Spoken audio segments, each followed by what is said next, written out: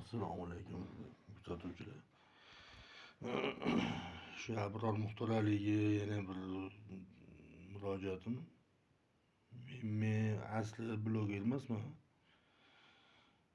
Layk uchun yo podpiska bir narsalar uchun murojaat qilayotganim yo'q. Просто men boshqa davlatda musobachilikda ishlab yurganligim uchun promoy telefon qilib tusha olmayman. Telefon nomerlarini bilmayman. Shu mening telefon nomerimni bilsalar, shu menga Telegramdan chiqsalar, bir ikki og'iz so'zlarim bor edi. Savollarim.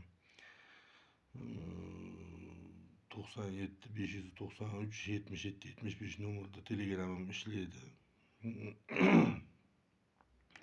Abror Muxtor Alini buni Shuhrat Musayev bilan gaplashgan gapida 235-modda tuhmat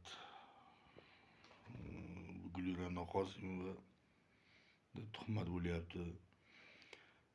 Ichki ishlar xodimiga nisbatan deb shu bo'yicha gapirgan. Xo'p, bitta savol borda. 235-moddaga asosan, misol uchun Gulira Qosimovani tuhmat deb turib, 235-moddaga asosan Gulira Qosimovaga bilim orqasida turgan 5 ta 6 ta boringki 10 ta deylik blogerlarga hammasi qamalish kerak degan hukm bo'lsa aytgan bo'lsang, endi boyagi videolarimda ham aytganman, kaltagi ikki tomonda uchi bo'ladi. Bir tomoni bir kishiga tegsa, ikkinchi uchi ham bir kishiga tegadi, aniq. Havoda uch yurmaydi. Endi seni o'zingga savol. Qara.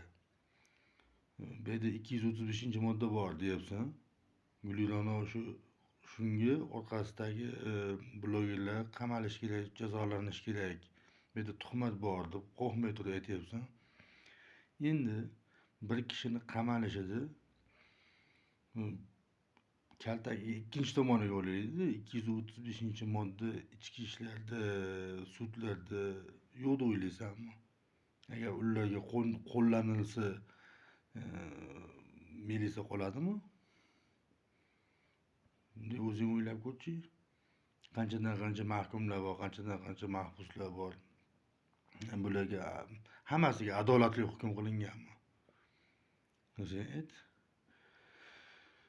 Bitta insonni xatosida, bitta inson qamalishida bitta xatoga birinchi tergovchi,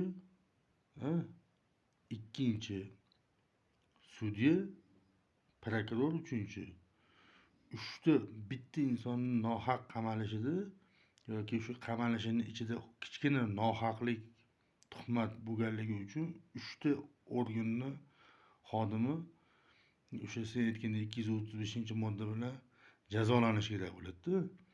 Sen kaltagi bu uchiga shuni olib turib 235-moddani ichki ishlarga, sudlarga, prokurorlarga qaratsang, ichki ishlardan xodim, sudyalar, prokurorlar qoladimi? Senga savol. Minglab odamlar o'tiribdi turmada, misol uchun O'zbekiston bo'yicha zonalarda. Bular hammasi asossiz, chutki doказательство bilan qamalgan deb o'ylaysanmi? Sen shu savolga javob bering. Menga telefonga chiqqin, iltimos, sen bilan shu Shuhrat Musayev bilan gaplashding-ku, sen bilan shunday qilib gaplashaymi? Senga o'zingga, hammaga oshkor emas, o'zingga aytadigan именно seni chistingga beriladigan savol bu. Chiqasan, pit qilasan, krujkada choy ichib qo'yasanmi? Odamlar tengsa men bu layk uchun qilmayman. Millatim, sen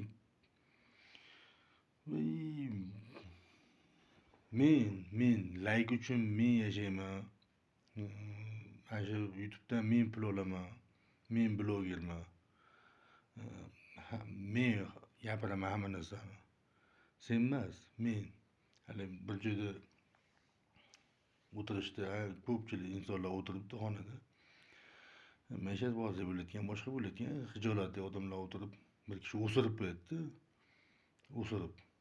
Keyin o'zi hijolat qilganidan yonidagi odamga Siz emas, men o'sirdim. Xijolat qilmang desa, ana yonidagi odam qizarib ketadi-da. Sen shu o'sirib qo'ygan odamsan bu hayotda. Menga aloqaga chiqdi, bir dona savolimga javob bergansan. Ana endi ketib men seni inson ekanligingni bir haligi fikrlayinda.